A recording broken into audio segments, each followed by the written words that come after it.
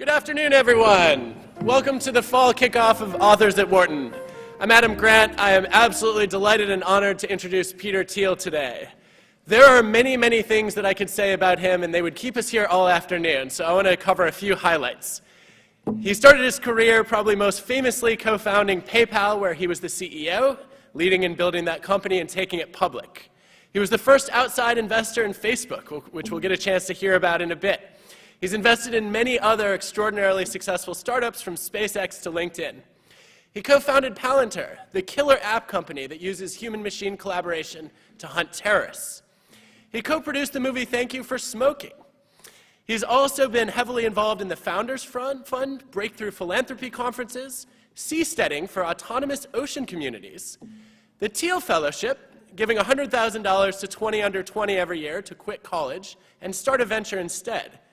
I think probably many of us know him best for Silicon Valley, the HBO sitcom, which we'll also speak about. And personally, I would say Peter Thiel is one of the world's greatest tech innovators, investors, and intellectual provocateurs. If you ask him about his intellectual investing philosophy, he'll tell you that he's long on substance and short on status. I want to let you know that after he speaks, we'll be taking questions via Twitter. If you want to use the hashtag WhartonAuthors, I'll be drawing questions from there.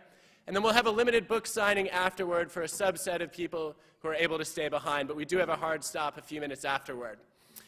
So without further ado, tremendous pleasure and honor to welcome Peter Thiel to Wharton Authors. Peter, it's all yours.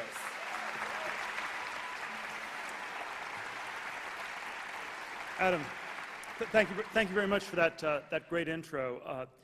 In writing the book 0 to 1 and teaching about entrepreneurship, it's always a quite challenging subject to talk about. And I think there's sort of two standard modes people do. One is where you go into great detail on your own experiences, and I sort of tell all sorts of war stories about building PayPal and how we linked email and payments.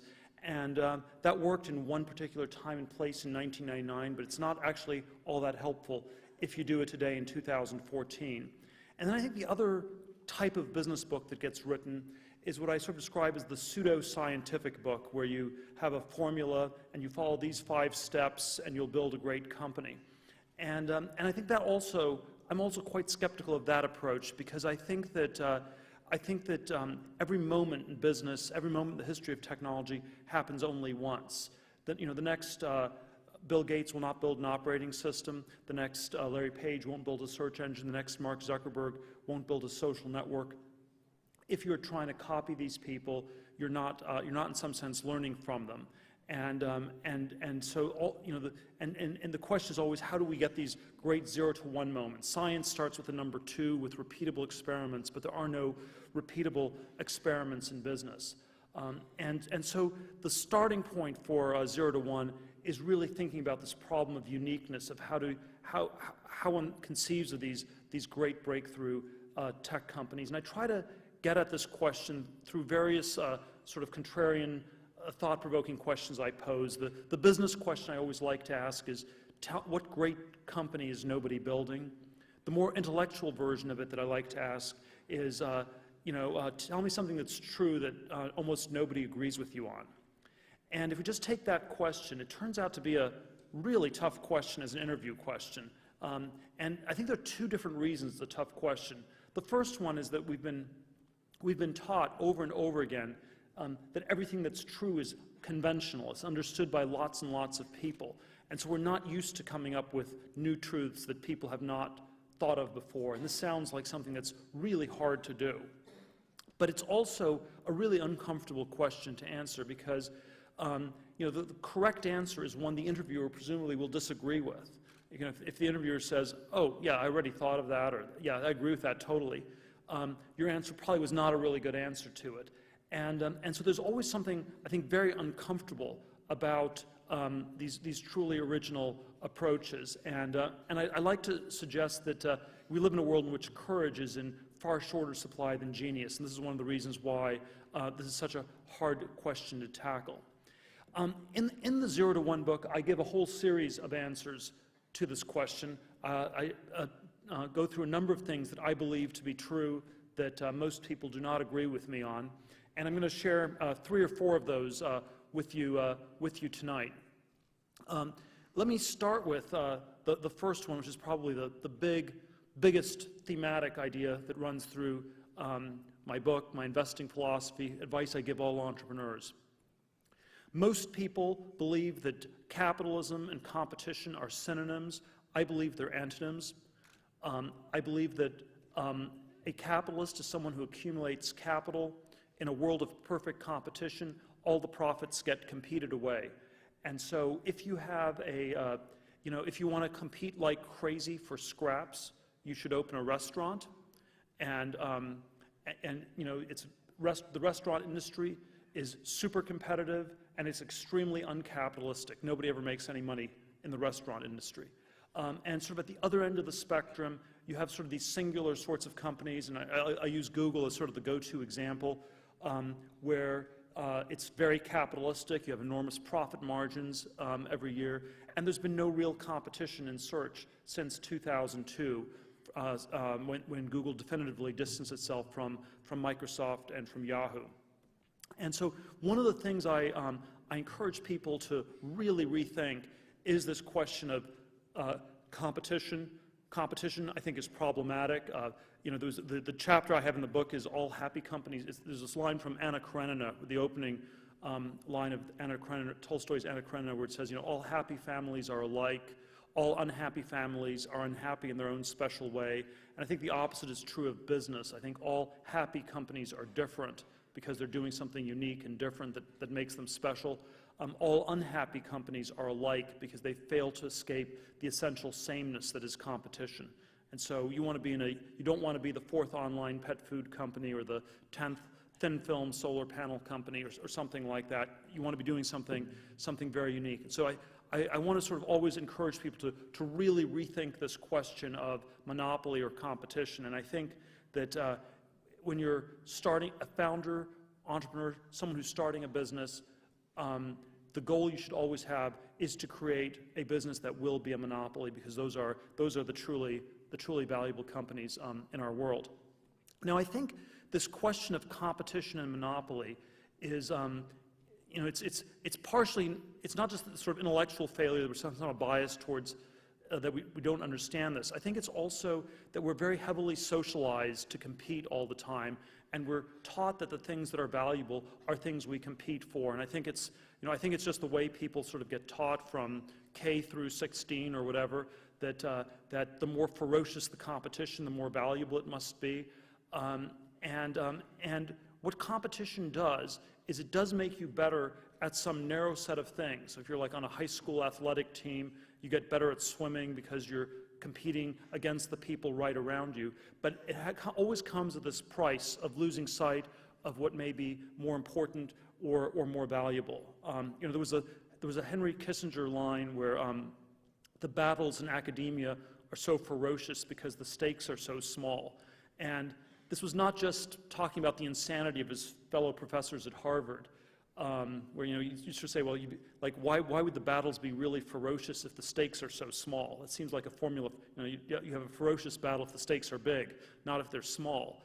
And so on one level, it sounds like a formula for insanity, but on another level, it just describes the inner logic of the situation. If the stakes are small, if it's really hard to differentiate yourself from the people around you, then the competition becomes more and more and more intense. And so you end up with all these dynamics where people have to fight super hard for these stakes that are really small. And I think it's really important to try to think up front, early on how to avoid this as much as possible when one sets out in a career, in a business, in something that you're doing in life.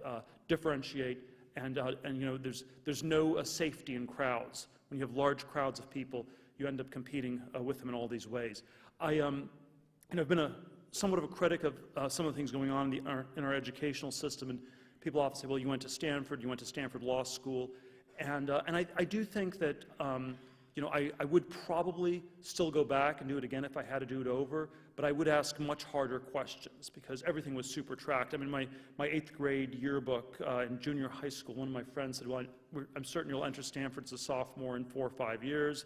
And sure enough, that happened. And then went to law school, went to top law firm in New York, and you ended up with this really bizarre dynamic where from the outside everybody was trying to get in, on the inside everybody was trying to get out. After I left the law firm, after 7 months and 3 days, one of the people down the hall told me, it's really reassuring to see that it's possible to escape from Alcatraz, which was actually, no, you just had to go out the front door and not come back.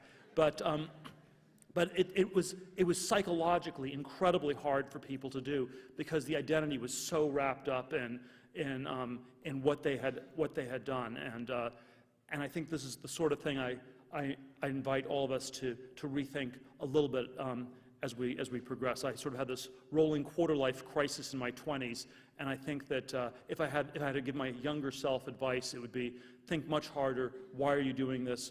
Where do you want to go with this? And don't always take education or credentialing as a substitute for thinking really hard about your future. Now, let me coming back to this monopoly question. When you start, if you sort of think about the history of entrepreneurship and innovation over the last 250 years, people have really succeeded when two things have been true. When you start a business where you create something of value to the world and you capture some fraction of the value you create. So you create X dollars in value and you get Y% of X. So pretty straightforward math formula. But I think one of the things that people always get wrong is that X and Y are these totally independent variables. And so X can be very big and Y can be 0% a lot of the time. And I think it is, and I think one of the things that's both unusual about software and why sort of Silicon Valley is so incredibly dynamic right now and so successful is because in a lot of these software businesses, people are actually able to capture some decent fraction of the value of what they create. There are many other innovations where this was not the case. The airline industry in the U.S. over 100 years has basically made almost no money. It's been, it's good for society that we have airplanes, but you have about 180 billion a year in domestic ticket sales on airlines, 50 billion a year in search advertising on Google. So you'd say, if you measure it that way, say the airline industry is still more important than search on Google. We'd rather do without Google than without airplanes, probably. If you had to sort of pick between one or the other. But Google as a company is worth 6 times as much as all the airplane companies combined. And I think this again reflects this monopoly versus competition dynamic. And I think it is sort of this strange reality that an awful lot of scientists and inventors always have this fantasy that of course they're going to get rewarded massively for their inventions, but the somewhat disturbing history is that this has often not been the case. In the first industrial revolution in Britain, where you had the textile factories in the 18th and 19th century got started, it was a lot of innovation, a lot of improvements, but even in 1850, 1860, 100 years into the Industrial Revolution, the great fortunes in Britain were still all the landed aristocracy. The people who started the textile factories, the owners of them, made very little money because all the profits were competed away. They had failed to be differentiated enough. And so I think this is always something to think through really hard. And there is something about software that is so powerful today because it is really this exceptional industry in which the people who create things of value are able to capture some fraction of what they create. Now, a second somewhat contrarian answer to my question. People will always, when you hear this question, tell me something that's true that very few people agree with you on.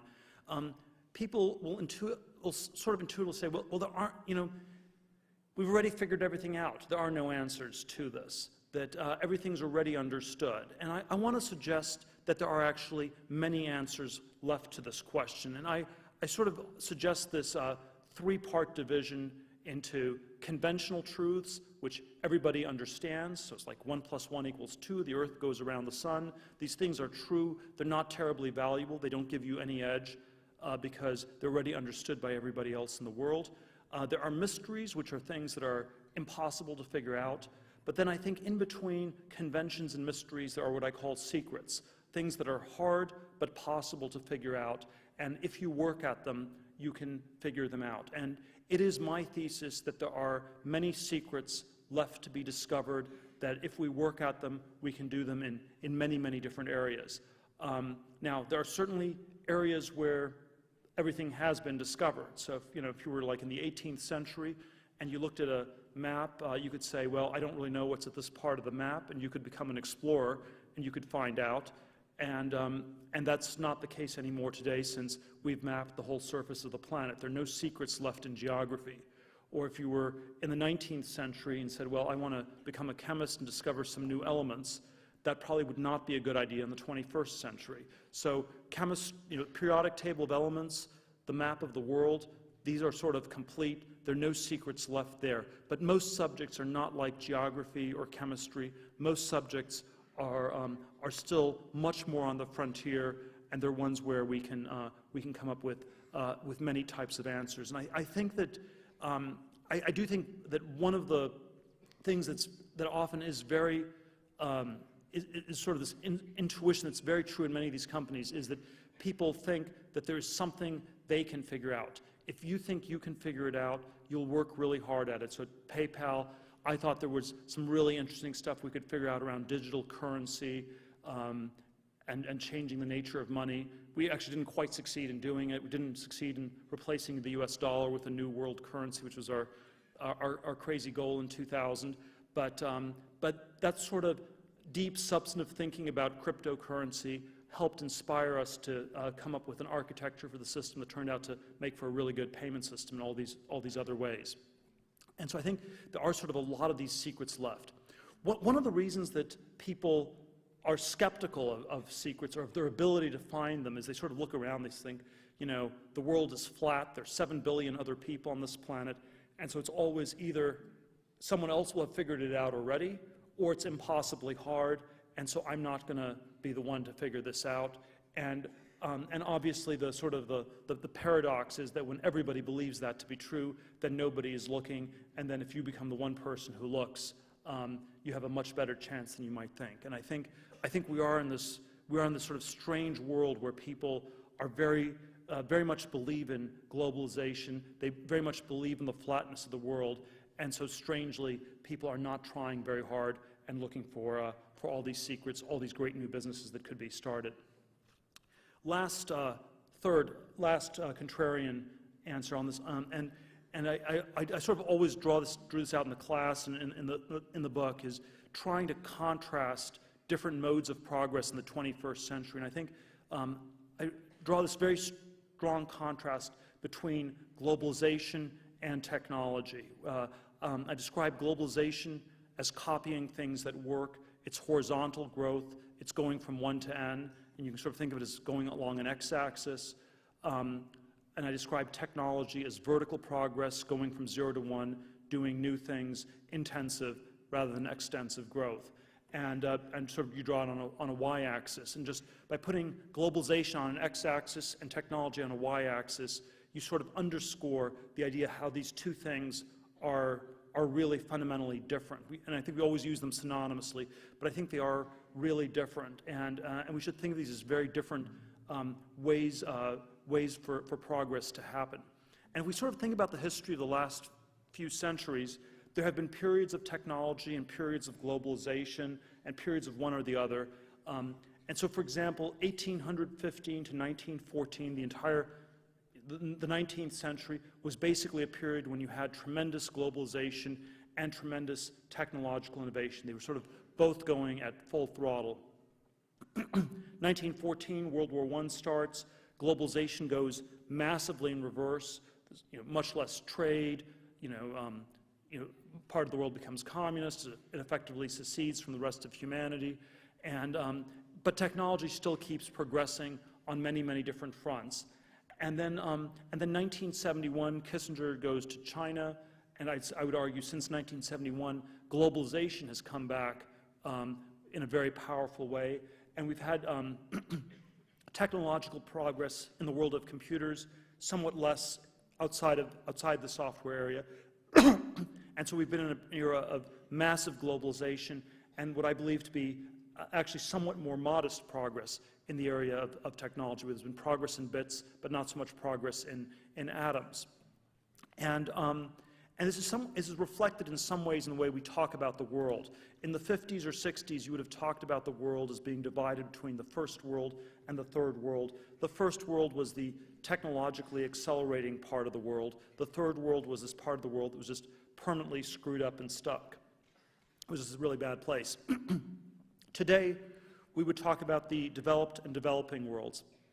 And we would say that the developing world is that part of the world that is copying the developed world, and the sort of dichotomy of developed and developing is this convergence theory of globalization. The entire world is going to globalize. It's going to become more the same as China and all these other countries copy and catch up. And I think what China is doing makes perfect sense.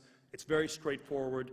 You have to just look at what's worked and copy it. You have to avoid copying the things that didn't work. And it's a fairly straightforward 20-year sort of plan that China has.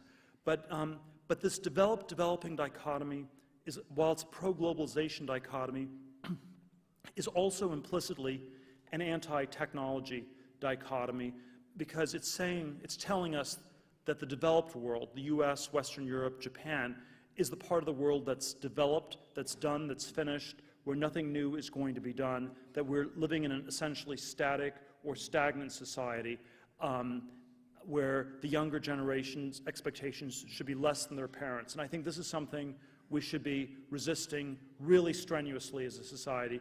And so I'll end with my contrarian counter question, which is that I think we should all once again ask, how do we go about developing the developed world? Thank you very much.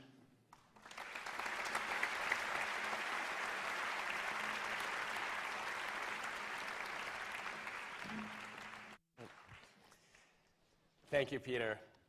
So I guess the place to start is with your famous interview question. For years, you've been asking people, what is the most important truth that most people disagree with you on? And I'd like to pose it in two ways. One is, what's the best answer to that you've ever heard from a job candidate? And then two, if folks in the audience want to give their answers to that question on Twitter, we may read a few of them and get Peter to weigh in on how much he likes your answers. I'm actually uncomfortable even asking the question that often anymore, because people are so bad at answering it. And even though people can read on the internet that I ask the question all the time, they sort of can prep for it, but they're still really bad at it. I think there's sort of one category of pretty good, like at least A- type answers, are ones where you at least acknowledge that it's not original or something like that. So one answer was that that was a pretty good answer, was that in venture capital investing, people always think of themselves as being contrarian, as being buying things when they're cheap and when the value is low. And he thought that often the cheapest companies were the ones that looked the most expensive. And so you wanted to be a contrarian bullish, where everyone was really crazy about something, and he wanted to be even crazier in outbidding all the other people. And that this had actually often worked. So that was like a meta-level cut on this, which from my experience actually was surprisingly accurate. Mm-hmm. Good. So let's take that then to the world of Facebook. So we have a number of people wanting to know how you know who's going to be a good monopoly and how you choose your bets. Well, if you're a startup, so the key thing to have a monopoly is to have a large share of a market. And I would say that one of the big conventional beliefs that I very much disagree with is that you always want to go after really big markets, because and the problem is when you start a company, you're starting small, and so to dominate a market quickly, you should go after a small market and capture that whole market first. So I would say that Facebook, for example, had a very auspicious start. It started with 10,000 people at Harvard, a market that's so small that any sort of business school analysis would say it's not even a business. It's too small a market. But you got from 0 to 60% market share in 10 days. So that was a good start. PayPal started by going after eBay power sellers, which was, again, a relatively discrete small market in 99, 2000. There were like maybe 20,000 people. We got to about 30% market share in 2-3 months. The opposite extreme of this was, I think, all the sort of clean tech companies in 2005 to 2008. When you saw their pitch decks in Silicon Valley, the opening slide always said, you know, we're in the energy market, and this is a market that's measured in hundreds of billions or trillions of dollars. And so when you have a market that's that big, that's almost immediately a red flag that it's a bad company.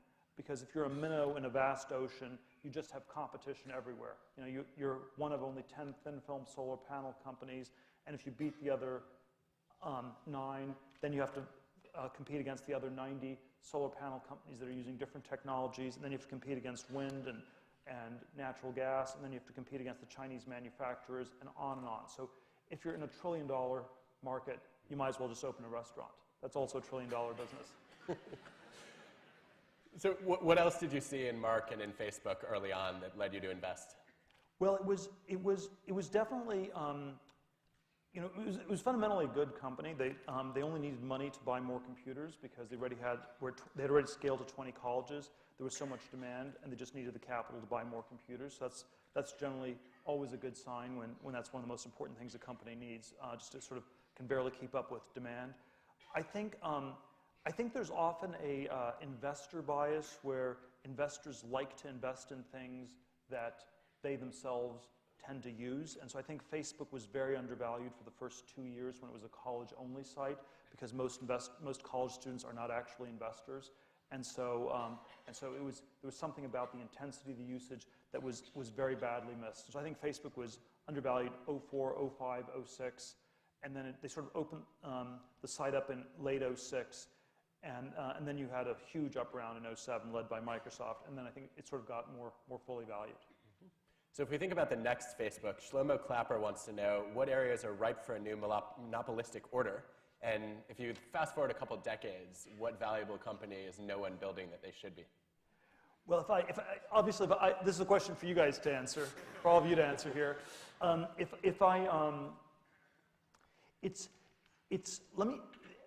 think you can never answer these questions thematically. So what I'm always very skeptical of is when people say, there's this trend, we're very excited about things in this space or this area, because when you have a space or a sector, that somehow is poorly defined, because that means you have lots of people doing it. And so I think I'm sort of allergic to almost all the buzzwords. I think big data, cloud computing, these are all sort of borderline fraudulent buzzwords. They're sort of used in all these horrible ways. I'm not sure what they really mean. SaaS software, too much. Healthcare IT, mobile internet, education software. So these are the kinds of things that are really bad answers. And the good answers are ones that are often so unique that they can't easily be described. We're investors in Airbnb, which I think is, perhaps the next $100 billion plus consumer internet company. If I had to pick one coming out of Silicon Valley today, and it's again, but then if you say, well, what exactly is it? They've tried to define themselves as being part of the sharing economy, which is just sort of like, it's not clear that's quite the right category, but it's just this sort of one of a kind, very different company. It somehow created this new inventory around people's houses in the tourism industry, but it doesn't really fit into any conventional categories at all. Those are the ones that I think we're missing. So when you rattled off those buzzwords, you just killed about 19 companies in the audience. Well, it's better now than later. So you shouldn't go into Renaissance painting either. All sorts of careers you shouldn't go into. So there are two directions. You shouldn't become a pirate. You shouldn't try to discover new places on the map. So hopefully not too many people are stopped from doing that. So in the book, you're critical about another one of those popular conventional tracks, which is consulting. Tell us why you hate consultants. Now, hate is always a little bit too strong a word, but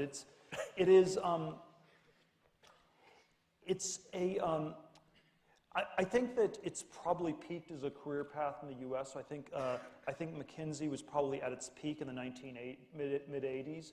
In the U.S., the global peak at McKinsey was, I would say, around 2000. There was sort of a huge global prestige, and it took about 15 years for people in the rest of the world to figure out they weren't really doing that much anymore. And I think there were sort of all these really badly managed companies in the 60s and 70s, and so there was something consultants could do to improve that. At this point, I think it sort of is much less the case. The part that I'm skeptical of it as a, it's sort of, I sort of think a lot of people end up going into things where, it always depends why you are becoming a consultant. Let me give a more granular answer. It would be good to become a consultant if that's actually what you wanted to do. If you really enjoy consulting and working on these different projects. But if it's more like, well, it'll expose me to these different companies, and then I can work at one of these companies 3-4 years down the line, where it's sort of this option diagram where it's actually, you go to business school because you don't know what to do. Then after business school, you become a consultant because you don't know what to do, and then it just generates this sort of branching tree diagram structure of options.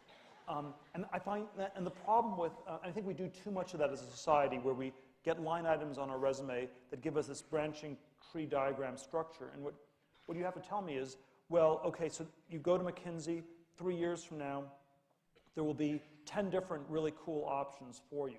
Can you tell me what they are? And, oh no, you can't possibly do that. And I think the reality is that the options end up being things like working in mid-level management at a Fortune 500 company. And if that's really what you want to do, then you should do it right now. So you just took the whole business model of consulting apart, which is good.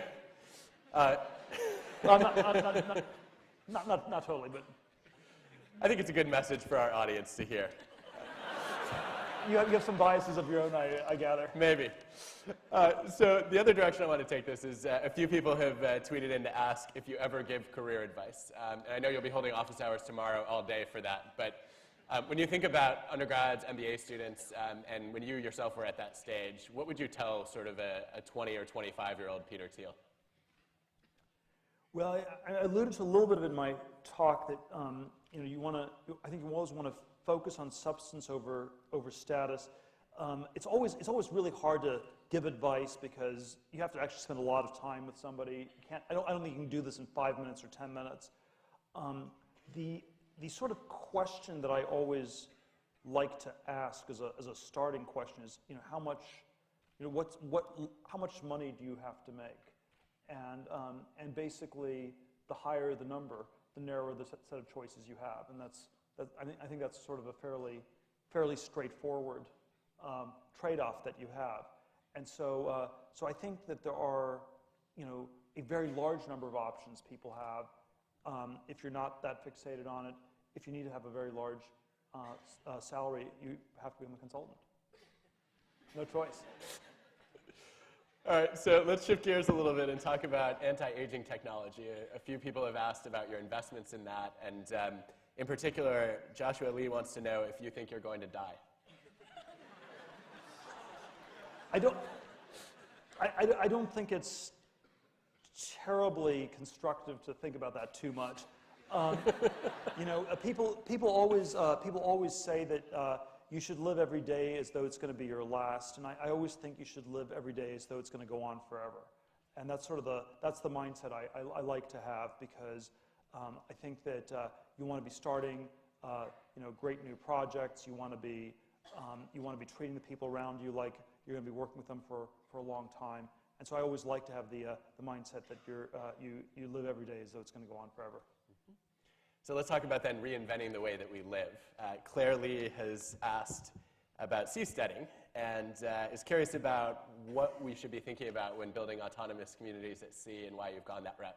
Well, this is like one of these tiny side projects that has gotten blown way out of proportion over the years. And I think one of the things I did underestimate with the seasteading project was how much interest it would generate. And so there is this sense that the map is full, that there is no physical frontier left. Outer space is probably a little bit too far away. And so there is sort of this idea that it would be really cool to experiment with different kinds of governments, different kinds of ways of organizing society. And that's something we can't quite do, and it would be cool if we could do it. I don't think the seasteading test is going to happen anytime soon, but it always generates enormous amounts of interest because people do have the sense that it would be cool to try doing some different things. And if it did happen, would you be in line to join John Galt and Ayn Rand there, or would you want to just observe from a distance? I might observe from a distance to start. See how the experiment goes. So there are a lot of people watching Silicon Valley on HBO, and there are rumors at least going around that one of the characters may or may not have been based on you. Have you seen the show? What's your reaction to it?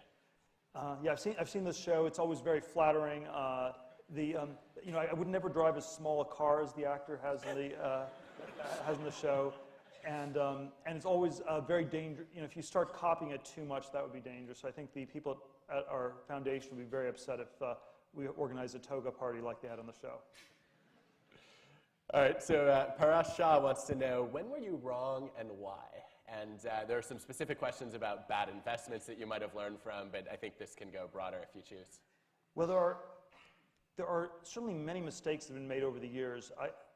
If I had the single biggest mistake I would say that I made in the last decade was not doing the Series B round at Facebook. So I was in on the Series A, and it really goes. This was a very interesting illustration of how the dynamics in these companies evolve. So the Series A round was done summer of 2004. Post money was $5.7 million. Series B was April 2005. Pre-money was $85 million. Post was 98. So it was about 12 to 15x the value of the round from 12x on a per share basis, about 17x overall from what the company was worth only 8-9 months earlier, and so on the inside, all of us thought this is an insanely high valuation.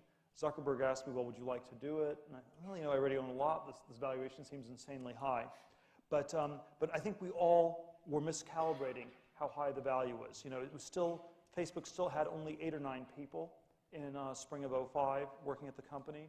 You went into the same office every day. It was covered with the same horrible graffiti art someone had put on the office. And so psychologically, every day that you came into work, you didn't think that things had really changed. There were these abstract graphs that were trending in a happy northeasterly direction, but people didn't really understand that. And so I think there are these subtle dynamics where there are points when the leverage really changes. There are points when the value really changes, and people tend to underestimate it a great deal. There's also a negative version of this. So you have a company where nothing's changed in a year, and it's possible the value's gone way down because it's like you run out of time, or it's like this decaying option where you're going to build something and you couldn't quite get it to work.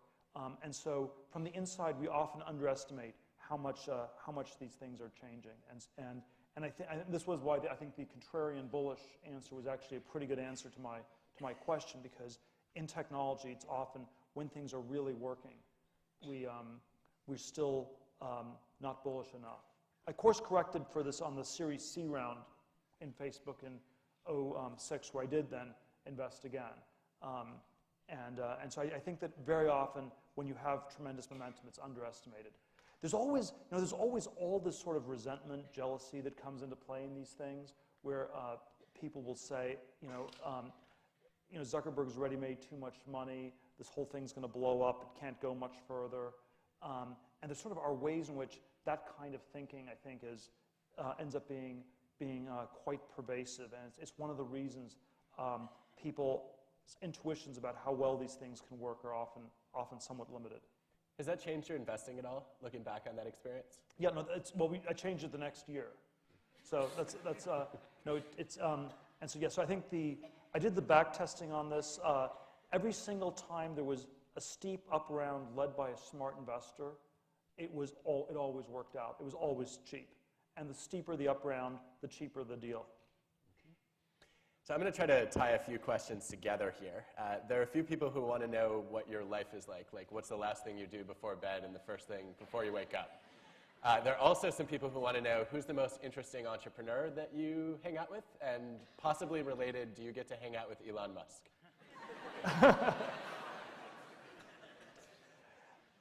Well, let's see. There's probably not. I always worry that I'm actually very bad at setting any good example on these things. I think I'm sort of somewhat disorganized. Things are not, incredibly super structured in different ways. I managed to focus on getting, a few important things done, and then there's probably all these other ways I'm, fairly disorganized. I end up having lots of meetings with different people in the course of the day, so it's always these interesting conversations with many different people. Elon is probably one of the most impressive entrepreneurs in the U.S. today. There's something very charismatic about Tesla and SpaceX. Because we have this sense of society that's been a little bit too heavily overweighted software, not enough on everything else. And so there's something very powerful about getting these companies to work in a non-software context. But he's quite busy. If you're CEO of 2 companies, and if you have 5 kids, and so on, it adds up. So I guess as a sort of a follow-on from that, there are a lot of people who are sort of interested in your observation that software is actually where we've made a lot of progress, but that it's caused stagnation in other areas, and that you're hoping to see more serious radical innovation or vertical innovation and growth in other domains. What do you think it's going to take to get some of that to start happening? It's we keep on the venture fund side, we keep probably about 2/3 of our work is still in the core software space. So I think that is still the default of what's going to continue to work. I think in a lot of the other areas, I end up being very focused on the business model. You often have these brilliant scientists, and they are incredibly bad at picking business partners. The people and so the intuitions around. And so the kinds of things that have worked really well are ones where you have somehow the engineering or science part is really well integrated into the business intuitions really make sense. So I don't know, it's sort of, I don't want to pick on professors too much, but it's sort of like if you have a professor running a company, that's often a bad sign because they'll have all these theories about how things are supposed to work, and their ideas are so valuable, the ideas will carry the day. And then the actual translation of, well, if you build it, will people come? How do you distribute it? How do you market it? Those questions are given way too short a shrift. So I can't resist. What would you say if I told you there was a paper published in 2007 by Jiang and Murphy who showed that companies run by B-school professors outperform the market? Hypothetically. Well, I believe I don't question the paper exists. I don't, and then it's always a little bit. There's so many different variables in these things. There's always a question: what counts as the market? So so let's say hypothetically again, a matched set of control companies in the same industry. Don't know if you can control them well enough, given my view that these things are never quite controllable, never quite repeatable. But I think that I think most companies don't do very well, and this is sort of the crazy thing. Most companies don't end up being monopolies. One of the chapters in my book, I go through this sort of power law-like distribution, where one of the very odd patterns in a venture fund is that you might think it's like you have a portfolio of different companies you're invested in, but it turns out that the single best investment is often worth as much as everything else put together. And the second best one maybe is worth as much as 3 through n, and on and on.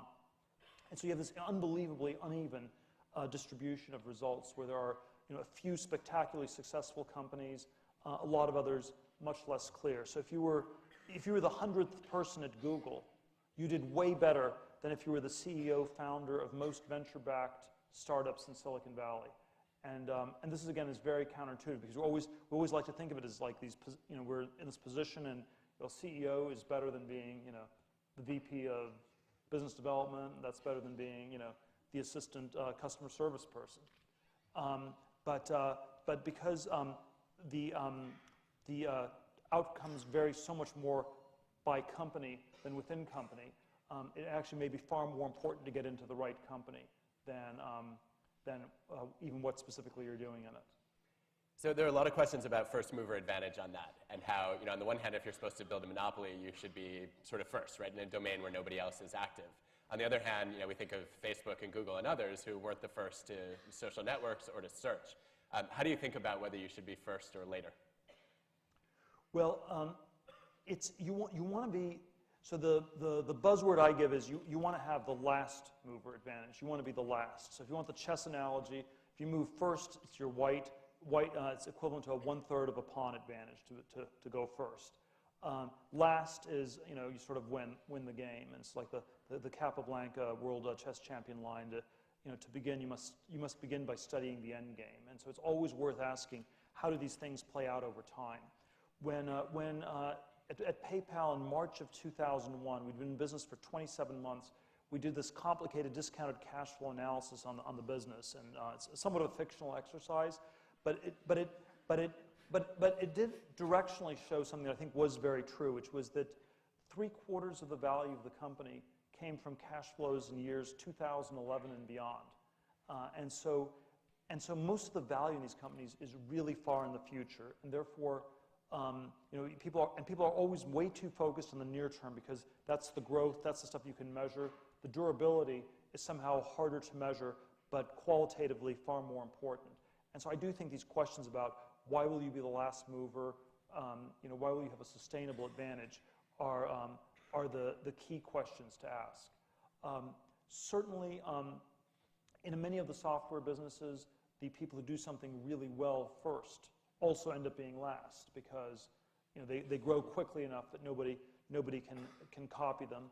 I would say that and this is again where the categories become a little tricky. I would say you could say Google and Facebook were not the first search engines or first social networking companies respectively, but maybe Google was the first with a PageRank algorithm that really automated search, and that was maybe a breakthrough that was very fundamental to search. And Facebook was the first social network that really got real identity to work. One of my good friends, Reid Hoffman, who started LinkedIn in 2003, in the 90s had started a company. In 1997, he started a company called SocialNet. So he already had social networking in the name of the company in 1997, 7 years before Facebook comes along. And their theory was that it was all about these social relations on the internet, and they were all going to be these complicated different things, and maybe you were a cat and I was a dog, and we'd have these avatars, and how would we all get along? And that turned out not to be what people wanted. Real identity, not fake identity. One of the questions that's come up here, we have a lot of people in the audience who are interested in building companies, and there's a choice at some point you have to make about, do I want to be an entrepreneur, do I want to be a venture capitalist, do I want to do both? And Matt Kalmans wants to know, what's the biggest difference you see between a successful venture capitalist and a successful entrepreneur? Well, I think I'm not sure there's a big difference per se. I think the thing that's very different about the two kinds of things, a great entrepreneur, you have to sort of have one fantastic idea and then execute against it over a really long period of time, and it often is enough to have just that one massive breakthrough. As a venture capitalist, you have to, in some sense, constantly find new answers to this question. You have to constantly find new companies to invest in, and so you never quite get to this point where it's automatic. But it's somewhat more intellectual, so you're always thinking a little bit more, which is what I like. It's less operational. You have less control, and there is an aspect where that's really critical. I think the combination is something one should always try to resist. So, venture capitalists trying to act as pseudo-founders or partially managing their companies, that never works. It's when we write the check and give it to people, we have to assume that we're not going to be able to influence them in any way whatsoever. Do we fully trust them with the money? And if we think to ourselves, no, we don't really trust them, but we'll be able to manage it after we give them the money, that's always a bad sign. That's a great segue to Emily's question. What do you look for in an entrepreneur when you're investing? Well, we certainly we look for people. I would say it's great business strategy, great technology, great people, and it's typically a great team. I often like asking, and one of the ways in which business I think is very different from schooling. In a college context, it's always you against everybody. It's pure competition. In a business context, you typically can't start one of these businesses all by yourself. It's like a team of people, and the dynamics of how well those people work together are incredibly important. And so I often like asking these prehistory questions. Tell me, how did you meet? How long have you been working on this? When did you first come up with this idea? So a bad answer is something like, we met a week ago at a networking function, and we both wanted to start companies, and we decided to become entrepreneurs and do this. And that's sort of like, we met at the slot machines in Las Vegas and we got married. You might hit the jackpot. It's probably a bad idea. And then I think the good answer is something like, we've been friends for 4 or 5 years. We've been talking about doing this. We've been thinking about all these different things. I'm the business person. The other person's the technical person. There's sort of this complementarity. That's the kind of answer that's really good. What about on the other side? So if you're looking to join an early stage startup or a high growth company, what should you be looking for?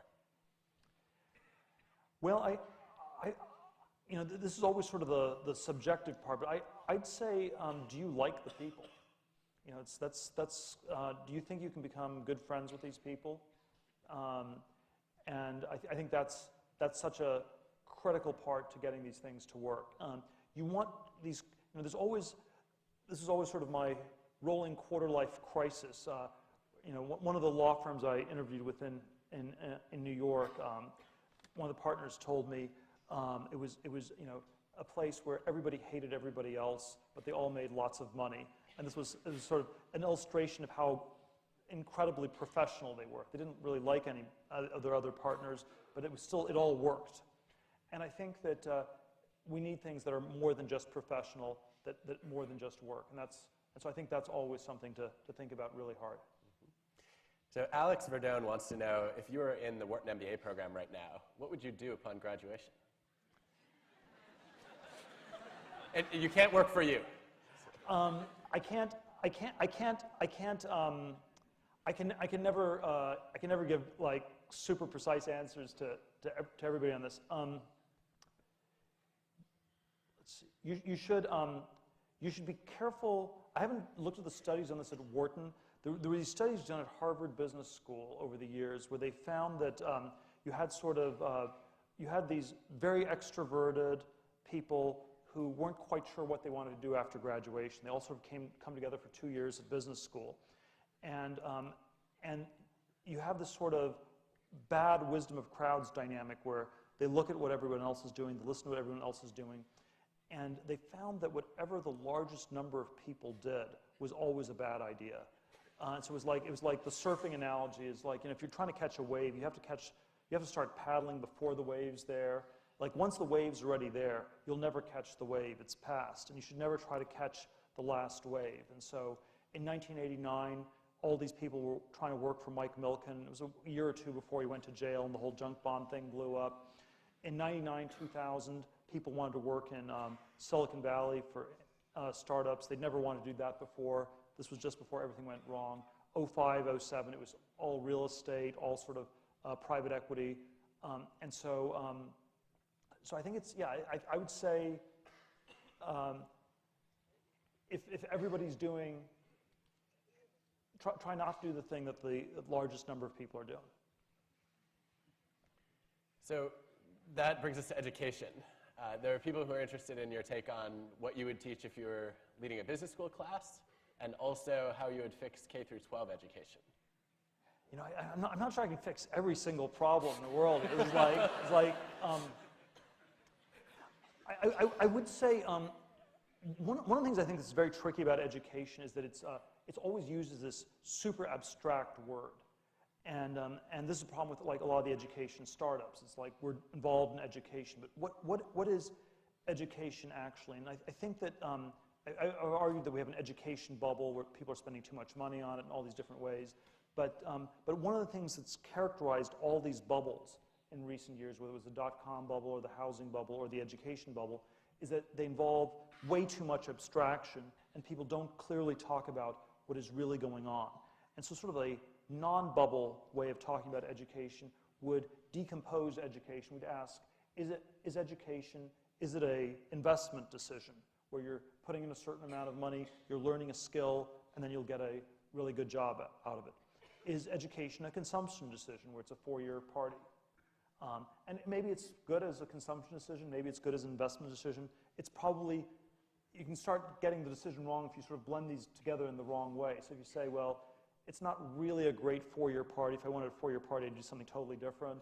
It's not really a good investment decision, but it's sort of a combination of both. Then you sort of have a bad investment plus bad consumption decision. Doesn't quite add up. So you want to really think through, which is it? Investment decision? Is it a consumption decision? Is it an insurance product where you're buying it to avoid falling through the big cracks in our society? Or is it a tournament where you know, it's really important that you get into the best schools, because if you have a diploma from a bad school, it's really a dunce hat in disguise, or something like that. And so I think the basic challenge with education in the U.S. is that most people, not the people in this room, because I think people in this room sort of won the tournament by getting in here, but most people think of education as an insurance product, but they're really being sold a tournament. And if you think about insurance and tournaments are incredibly different kinds of financial products to be involved in. And I think that sort of goes to the fundamental dishonesty in the system. Well, I guess then that leads me to another question that a lot of people are wondering about, which is, do you think that an MBA is useful for a career in business? No, I think, look, I think I think that's too abstract a way to, this is way too abstract a way to frame it. So it's always a question, what is it that you're studying? What is it you actually want to do? I think I would encourage people to think, to have some default plan of what you're going to do.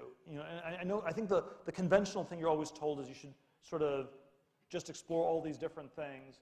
The risk with exploring all these different things is that you end up defaulting after 2 years to what everyone else does, which is often, I think, one of the worst things you can do. And so have a default plan. This is what the default plan is. This is how the classes I'm taking fit into this default plan. You know, a bad plan is still, I think, always much better than no plan at all. So when we connect this to your background, there are several questions about, you know, you did Stanford twice, but you also were a chess master, you studied philosophy. Which of these experiences were most formative in shaping the way that you look at the world today? You know, it's again, I'm going to come back. You can't run this experiment twice, so it's hard to say exactly. I think that there was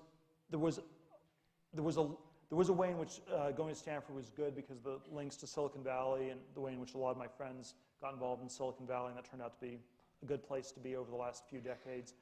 I think that, but it's very hard to run the experiment twice.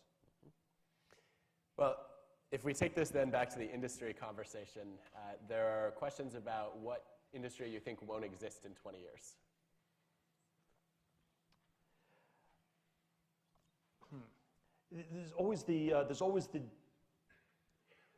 There probably are industries that are going to change a fair bit. Certainly one that's, I don't really like, I'm not sure any of them will really go away, but I do think the media industry remains under way more pressure than people realize, and so this is like not a very interesting answer because people sort of understand it, but that's one that I think we need to think that people still seem to not have really thought through how the business models there need to change. I think that I don't know. I think most industries will sort of still exist. They'll probably be in a somewhat different form. I think finance is going to get changed a lot in the next few decades. It probably is going to get regulated a lot more, but I think maybe there also will be some new opportunities. So I'd say finance is one where it may change more than people think, even though it's still going to be very important. We have a number of questions also about who your role models are and who inspires you. Is there anything or anyone that stands out? You know, I think the role model question is always a very tricky one for me to answer, given my focus on trying to do something new, different, that's not been done before.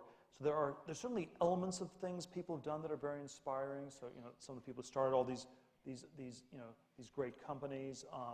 But on some level, I actually really do think everything, happens just once. So that connects to one of the more interesting parts of the book, among many, where you think that Malcolm Gladwell is at least half wrong when he talks about luck and chance and its role in our success. Can you talk to us a little bit about that? Well, there's always one of the most important questions in business or life is how much of it is a matter of luck or not. You can't run the experiment twice. It's very hard to know. I think we live in a society in which people tend to say that it's very dominated by luck, and I found that to be sort of a bad perspective to have when I've used it. So when I'm investing in different startups, and if I say to myself, I can't figure out what's going on here, I'm just buying a lottery ticket. Maybe it'll work, maybe it won't. That sort of way of thinking about it normally correlates with making really bad investments. So if you treat people or investments as lottery tickets, you've already psyched yourself into losing money. And so what I tend to think really goes on is that it's not a lottery ticket, or when you think it's a lottery ticket, or when you think it's random, you really are just being lazy. You're not thinking hard enough about what's going on. If you paid more attention, you could actually figure things out. So I think it's always a good frame for us to have that the future is something that we're going to try to control, we're going to try to master chance, and we're not going to be swept away by the winds of fortune. Well, another question that's coming up a lot is to talk a little bit about your leadership style and when you are running the show or managing people, what you do differently from most others. Well, I'm very, again, there's always the no competition ever.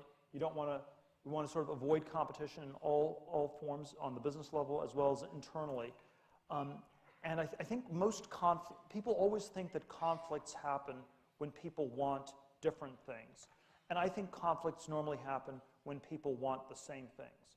And so if you're sort of a sociopathic boss who wants to just mistreat your employees, the formula for doing it is to tell two people to do the exact same thing. And you will automatically generate a conflict out of nothing at all. And so I think there's always this incredible need to try to go the other way, to make sure that people's roles are not redundant, that they're well differentiated.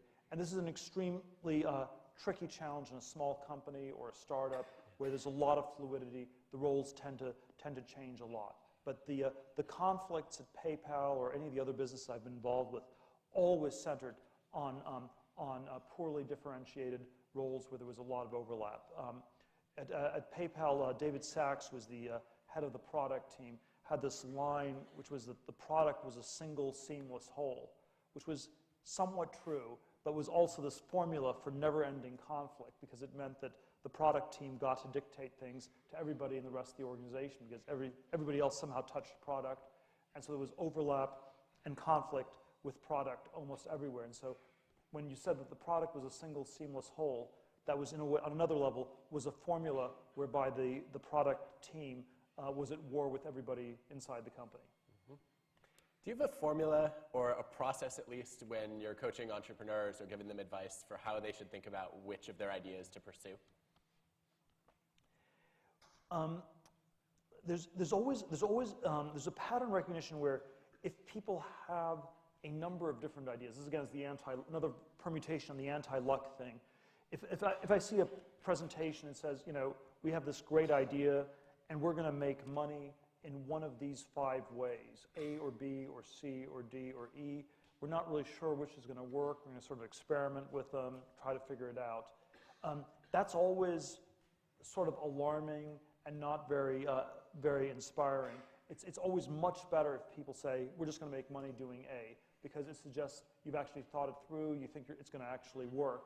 Whereas when you list A through E, that sounds like it's a superset, you have more things going on, but the reality is that you often haven't really thought through them very carefully. And so I think whenever people come up with like lists of options, lists of choices like this, that's often, it's often again a version of being lazy, not thinking really hard about what actually might work. One of the most entertaining parts of the book, I thought, was when you commented on what you discovered about tech CEOs who wear suits. Could you talk to us about that? Well, this was again. I'll preface it by saying that there are no hard and fast sartorial rules that are timeless and eternal and always true in all places and so on.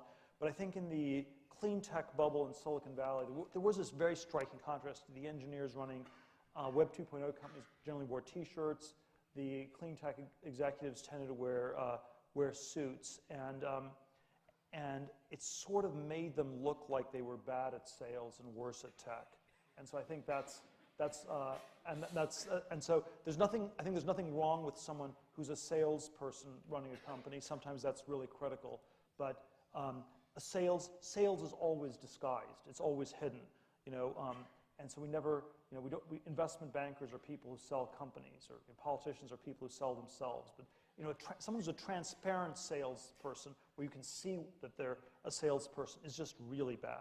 It's like, so the stereotypical salesperson is a used car dealer, and you never want to look like you're a salesperson. Are there other mistakes that you see entrepreneurs making that you wish you could just say, sort of blanket rule, no more of this? And how much of that is due to Shark Tank? I don't know. There are all sorts of different. I always am hesitant to give these absolute categorical kinds of rules. It's probably yeah. There are all sorts of things that you see over and over again. But I think it's often. I would say the single one I'll just come back to is the defining markets that are too big, being too comfortable with competition. I dislike, another term that I go after in my book is this idea of disruption, where you want to be a disruptor, you want to disrupt some industry. And I think it's another one of these sort of buzzwords that's really, really overrated. The disruptive kid in elementary school gets sent to the principal's office. Disruptive people look for trouble and they usually find it. Napster was a company that set out to disrupt the music industry. They were on the cover of Time magazine one year. The next year, they got shut down by the government. And sort of the name of the company was problematic. You nap some music, you nap a kid.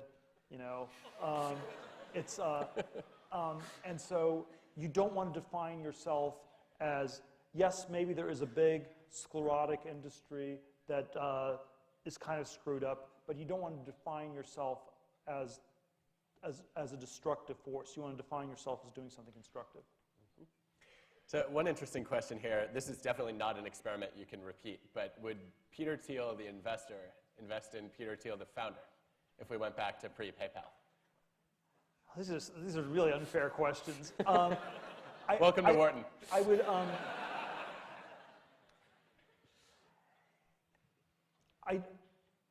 Obviously, I'd like to think that I would. I think that there's always a tendency to forget. And this is always like the history always gets so fictionalized. You forget how hard it was. We sort of started PayPal The first financing round was February of '99, where we raised $500,000 in sort of angel money in our seed round. And by March of 2000, 13 months later, we raised $100 million in a sort of Series C round. And getting the $100 million was probably about as hard, or maybe a little easier, than getting the first $500,000. And so, yeah, you had all sorts of really crazy encounters with people. You know, Chinese restaurant, it's all random. You're just a lottery ticket. I have no idea what I'm going to do. I'm just going to look at the fortune cookie and see whether they'll give you the money. The fortune cookie was good. The person still didn't give me the money. And so you had sort of all sorts of experiences like this. And so I think one of the things that always happens is that you tend to forget quite how tough it was to get started, how hard it was to have access in one way or another, and this is sort of and so you know, I'd like to say the answer is yes. I would worry that you know, I might not even get the email, might not even get through the filter, or something like that. So I guess one closing question then before we wrap things up for tonight. I think there are a lot of people in the room who are inspired by your vision for making technology useful to the world. And I'm just curious, as you think about people charting their careers and their paths, it's often hard to predict how the future is going to play out. Where would you recommend investing for people who really want to do work that not only makes them financially successful, but also improves the world in some way? Well, I'm always a little bit skeptical of social entrepreneurship, although I'm very much in favor of mission-oriented companies. So let me distinguish the two. Social entrepreneurship is always ambiguous because it's unclear what the word social means. And social can mean, on the one hand, that it's good for society, or it can mean that it's good as seen by society. And in the second meaning, you often end up with something that many, many different people are doing. So a lot of education-related startups, you know, we think education can be improved, and all these different ways to fix it, have this social entrepreneurship component where they're seen as good. You immediately get this feeling, oh, that's a good company, that's a good thing to do. But then it's something too many different people are doing. Whereas a mission-oriented company is one where if you didn't work on this problem, nobody would. And I think that's always a good test. When Elon started SpaceX, part of the pitch was, you know, we're going to go to Mars. We're going to work on the rockets going to Mars. And this was very inspiring to a certain group of rocket scientists who got involved early on in the company. And the question, you know, it wouldn't somehow SpaceX wouldn't quite fit into our standard definition of social entrepreneurship, even though Elon would say, well, it's really important for us to become an interplanetary species, and this is actually good for society, but it's probably not seen as good by society. And so we always want to do things where, you know, if your company wasn't working on it, the problem wouldn't get solved. If you weren't working on it, it wouldn't get solved. And I think always go for that sort of counterfactual meaning. And you don't want to ever be in a place where you're just one of 100 cogs in the machine, and if it's not you, there are another 100 people to replace you the next day. You want to be in a place where you're doing something that can't easily be replicated, can't easily be replaced, either on individual level or the level of a company or any other project you're involved in. So the last question that's rolling in is a question about what you would recommend people read if they want to enrich themselves. And I'm going to take that one and say, please read 0 to 1. I think in all seriousness, it's a totally brilliant book. I don't think anyone should be allowed to start a company or invest in a company without reading it first. Folks in the audience, I know you will probably disagree with some of the things that Peter writes, but you should be challenged to think about them. And I think it's a book that can fundamentally transform the way we think about entrepreneurship, as well as the way we organize our daily activities. And we are tremendously grateful for you writing it and also being here to share your insights with us. Thank you, Peter. Awesome. Thank you so much. Thank you very much.